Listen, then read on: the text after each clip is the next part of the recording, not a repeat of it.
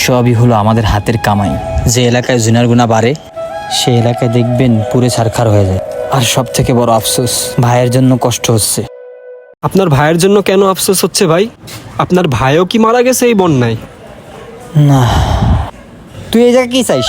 তোরে না কইছে আমি যে রাস্তা দিয়ে যাও সে রাস্তা ছায়াও পারাবি না?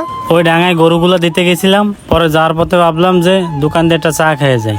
শোন, তুই এই খ্যাতের মতন চলিস, আমাদের কিন্তু মান সম্মান চলে যায়।